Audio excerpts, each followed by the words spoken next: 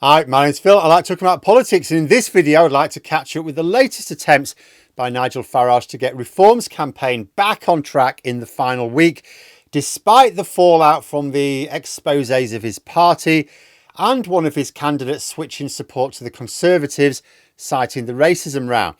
So in terms of the problems Reform UK are dealing with, there are essentially, I suppose, three main ones. The first was Farage's support for Putin's actions in Ukraine. Makes no difference how much he says, oh, I don't like Putin at a personal level. He's defending his actions in Ukraine. That is the bigger problem for him.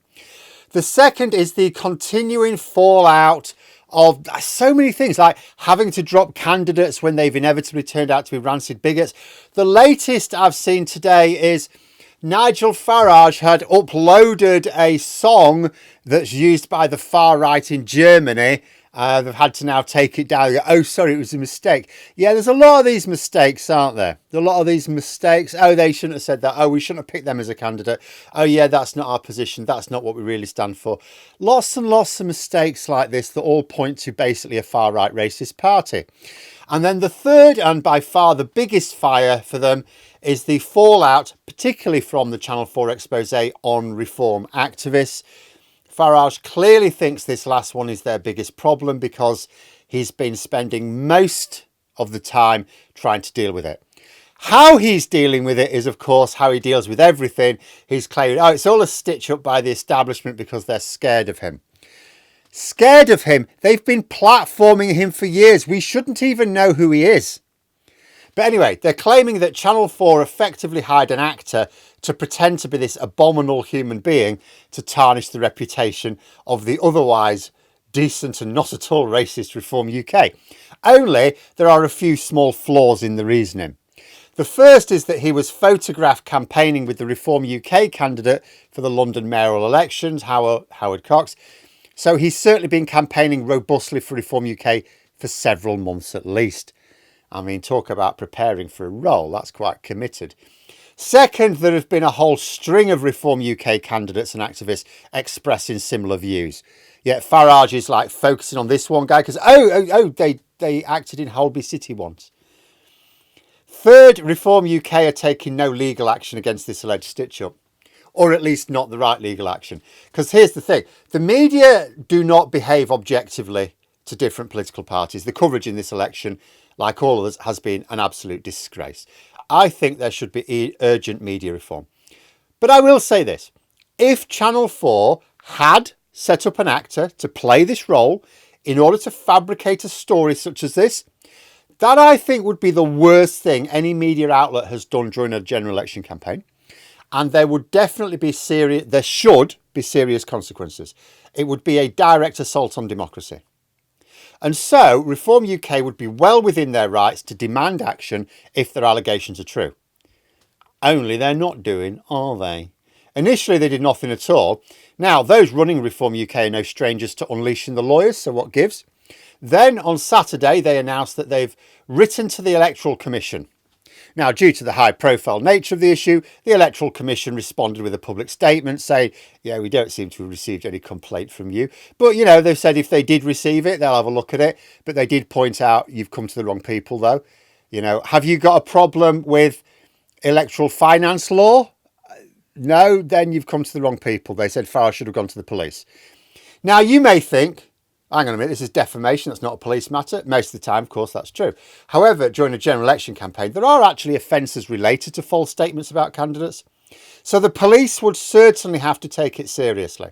I mean, let's be honest, if media pressure can get them to investigate obvious political non-stories like the Labour campaign meeting in Durham or Angela Rayner's council house, should be a piece of piss to get them to investigate a potentially serious breach of electoral law during a general election.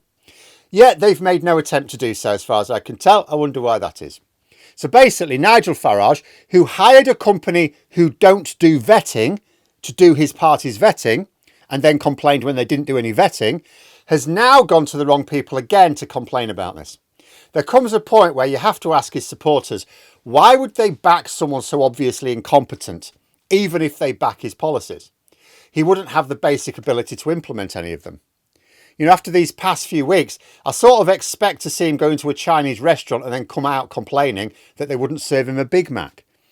In fact, I wonder if for a laugh Channel 4 News should just sue Farage for defamation themselves, because effectively he is defaming them. See how he reacts to that.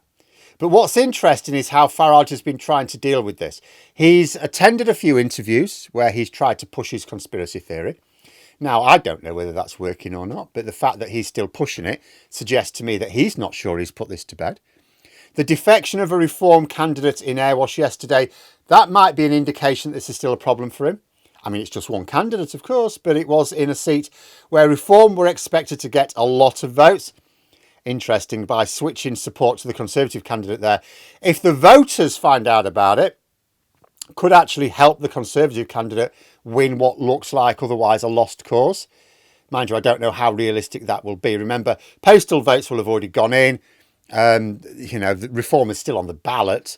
I can imagine most Reform UK voters may not be paying much attention locally and are just watching the national picture. So, it still might be that they put their cross in the Reform ballot rather than the Conservative one, and then the Conservatives lose anyway. There we go. But it's not a helpful story for Farage. If one of his own candidates has abandoned the party for being racist, he can't even convince his own party it was a stitch-up.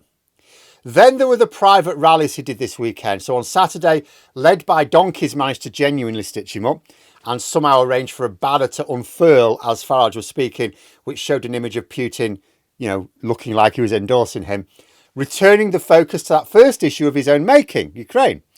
Farage was not best pleased, of course. I mean, in conjunction with all the stories about Russian social media bots doing their work for Reform UK. Because remember, Reform UK's social media clout has very little to do with their funded operations because they're very small.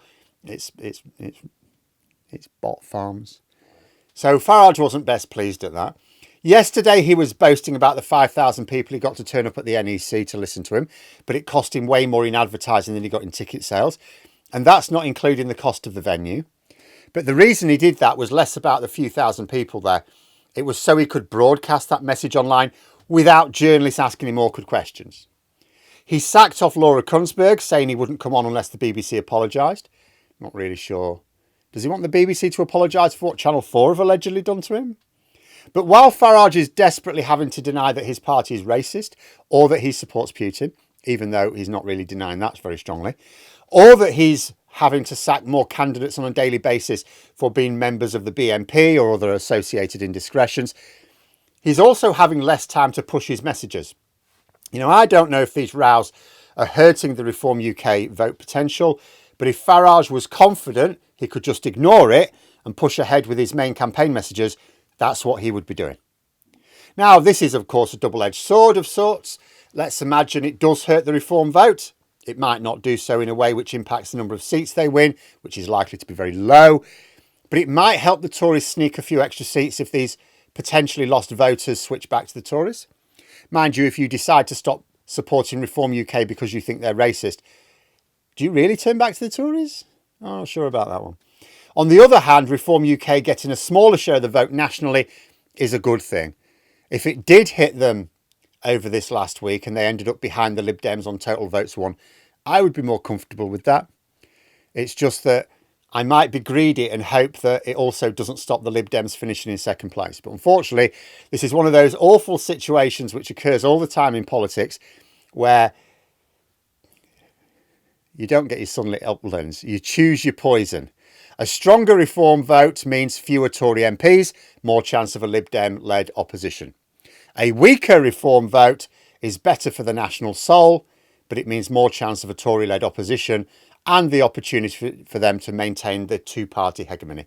So, however it pans out, Farage is not having the best time. He's exposed himself as being fundamentally incapable of scrutiny. And if he does become an MP, I hope he squirms as Labour tighten up the standards required over the next Parliament.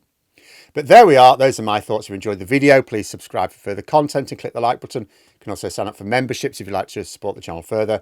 Thanks for watching, and until next time, I'll see you later.